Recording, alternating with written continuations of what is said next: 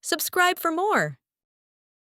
Executive Order: Restoring the Death Penalty and Protecting Public Safety. January 20th, 2025. This executive order reaffirms and expands the use of capital punishment at the federal and state levels, directing the Attorney General to prioritize seeking the death penalty in applicable cases. The order reverses prior policies that limited federal executions, particularly a moratorium on executions and the commutation of 37 federal death row inmates by President Biden. The order also calls for overruling Supreme Court decisions that have restricted the application of the death penalty, ensuring states have access to lethal injection drugs, and prosecuting violent crime more aggressively. Key sections and summary. Section 1. Purpose. Capital punishment is essential for deterring and punishing the most heinous crimes, including murder, child molestation, and violent offenses. The founders supported the death penalty, and it remains broadly supported by the American public. Opposition to capital punishment from politicians and judges has obstructed justice and defied the laws of the United States. Criticism of President Biden's actions. Moratorium on federal executions under his administration. Commutation of 37 federal death row inmates, including violent criminals, rapists, and child murderers. The government has a solemn responsibility to enforce capital punishment and ensure the justice system does not fail victims and their families. Section 2. Policy. The U.S. government must ensure the full enforcement of capital punishment laws and counteract judicial and political efforts to undermine it. Section 3. Federal capital punishment. Death penalty for severe crimes. The Attorney General must seek the death penalty for all applicable crimes. Mandatory death penalty for certain federal crimes. The Attorney General must always seek the death penalty for the murder of a law enforcement officer, capital crimes committed by illegal immigrants. Encourages state prosecutors to pursue the death penalty in these cases, regardless of federal trial outcomes. Review of commuted sentences.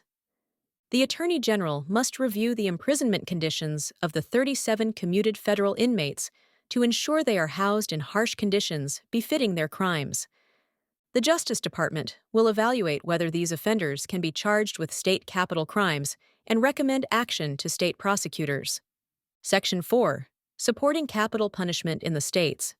Ensuring access to lethal injection drugs. The Attorney General must secure and distribute execution drugs to all states that permit capital punishment. Facilitating state execution authority.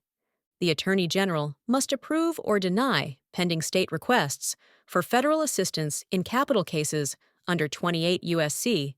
2265. Section 5. Overruling Supreme Court precedents that restrict capital punishment. The Attorney General must actively work to overturn Supreme Court rulings that have limited the use of capital punishment at the federal and state levels. Section 6. Strengthening crime prosecution and public safety. Prioritizing the prosecution of violent crime. The Attorney General must aggressively prosecute violent criminals and work to dismantle transnational criminal organizations. Encouraging state-level prosecution. State attorneys general and district attorneys should align their policies with this directive to enhance crime prevention. Federal, state, and local law enforcement must work together to pursue violent criminals. Section 7. General provisions. This order does not override existing legal authorities, but must comply with federal law and budgetary constraints. No legal rights are created for individuals to challenge the government under this order. Summary and implications.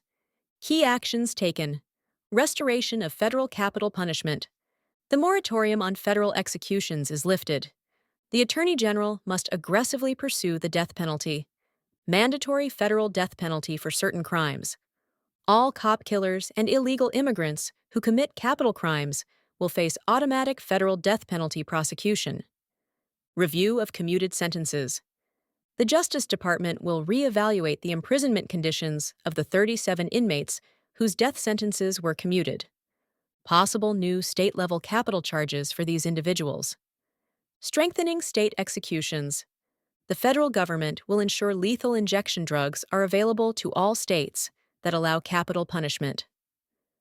Streamlining federal approvals for state execution requests.